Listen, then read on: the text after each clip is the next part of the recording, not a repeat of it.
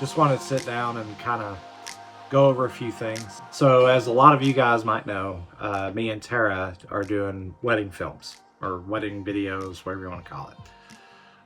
What many of you may not know is that we're doing a new style of wedding film.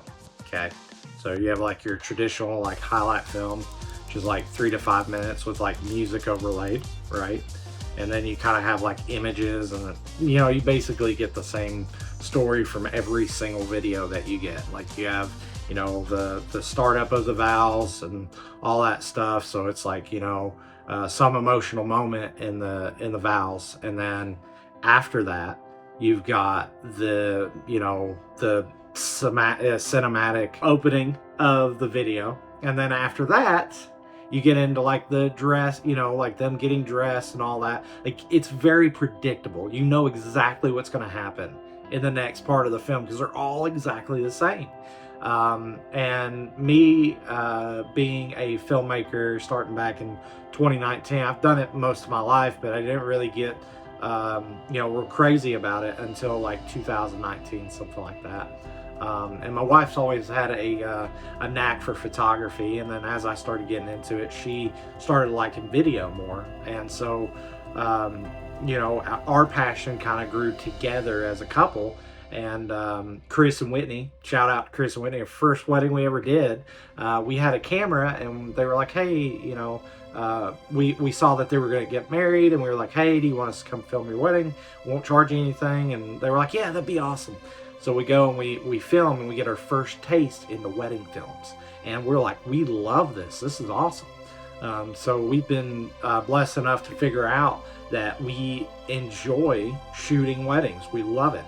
So over the years, we've kind of been picking up our own style, learning things like ISO, shutter speed, the different kind of camera, like all the stuff that you normally have to go through, audio, music, editor. Like there's a whole long list of things that you have to learn as a filmmaker. And so learning all this stuff, I started to notice that there was like a pattern, and maybe I didn't notice it. Maybe it was, Justin Porter Media. We started kind of pick up on his stuff, and we'd seen documentaries before. We were like, man, this is awesome. But when we watched his stuff, we were like, why are we not shooting it like this? Like, why are we not doing what he's doing? Because what he's doing is he's not setting up these crazy shots. He's not like I need you guys to hold hands and I need you guys to like walk down.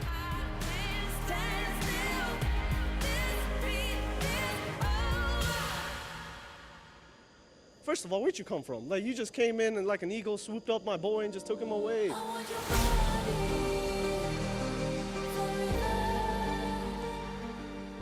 10 feet, turn around, kiss. Like, he's not doing none of that stuff. What's he doing? He's going and one of the scenes that kind of like, I think he even said this was one of the biggest turning points for him, was he saw a bride turn around and she's like, we're married, and she like screams and everything. And I can remember seeing that moment, and I was like, why are we not doing this stuff?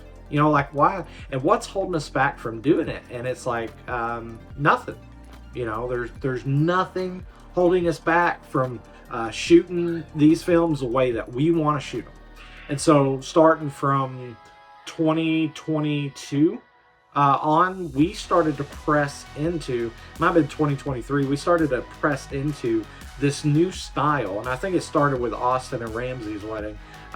We started to really press into this new style of film where you guys are not just getting just like a regular wedding film, predictable kind of thing. Like we're really kind of engaging with the couple, trying to like stay in the background and try to capture more organic events. Like we're not at all concerned about trying to like stay. Obviously we want some of the stage stuff, but we're trying to get like a mic thrown on somebody and get the camera ready, get the camera rolling, and then just like let you guys forget about us, let us not even exist, and then from that we get like a whole organic like live event deal, right?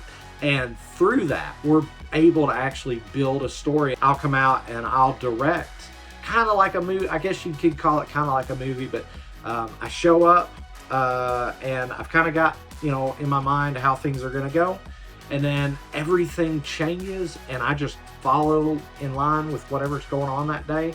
A good example of this would be down there at Lindsay's, Lindsay Prophet.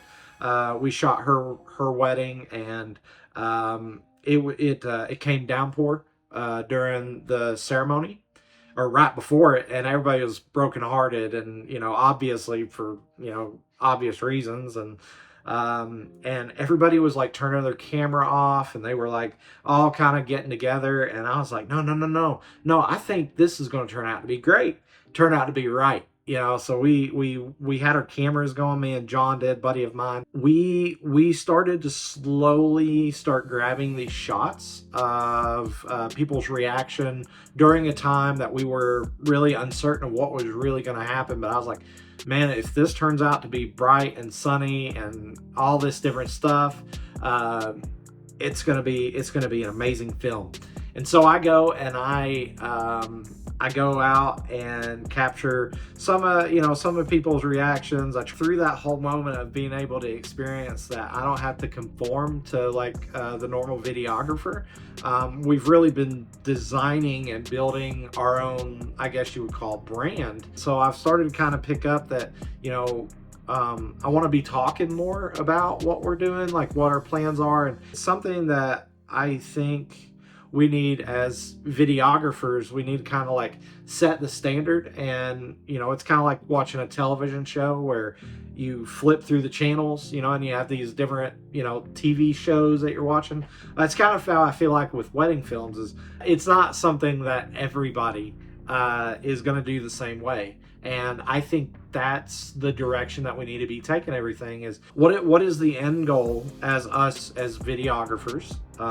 If you're taking an interest into doing weddings and you want to do video, and you're just like, man, he's like way up here and I'm like way down here. No, I was like right down here, and I still feel like I'm like right down here, and I'm just doing things a little different. So if you're still in that thing where you're like, I don't know, I'm not as experienced, you just need to dive into it. So you also are who I'm talking to. You are. I can remember my wife's grandmother passed away, or her granny passed away, and she was digging through all of the memories that we had, just trying to find that little soundbite that you want. It's the funeral's over with, everything's done, gone away with, and everything like that, and then all you're left with is the memories. That's all you've got left. So me and her are kind of like sifting through everything, and I just so happened to think, I was like, I wonder if it's on our wedding film. And so I go back and I open my camera up, and I open it, and lo and behold, that's the soundbite that my wife was able to connect with. It was on an iPod Touch, and the audio wasn't great, but listen, it was audio. She got to hear her grandmother, and now she has these memories that carry on. And I think that's the biggest thing as filmmakers that we need to be looking at. Even people who are starting to get into it, that kind of curious, you really need to be asking yourself, not how can I make a lot of money at this, how can I build my brand up in such a way. I think you really need to be asking the question, what kind of filmmaker do you want to be known for? There's a little trick in marketing that I've been learning. People are not going to buy things that they don't feel like is an investment. And I think that's the biggest problem that we have right now with, as far as trying to get this message out, is I think when people look at their wedding film, they probably don't even know that people like me and my wife exist, probably don't even know that. And so they look at these videos and they're like, oh, they're all basically the same, it's just a different camera and all that stuff, and so why do I need to pay for a videographer? But there's a lot of us out there that are really striving to do this new type of thing, because for our couples, it's very important that we don't leave them a music video, we leave them a memory.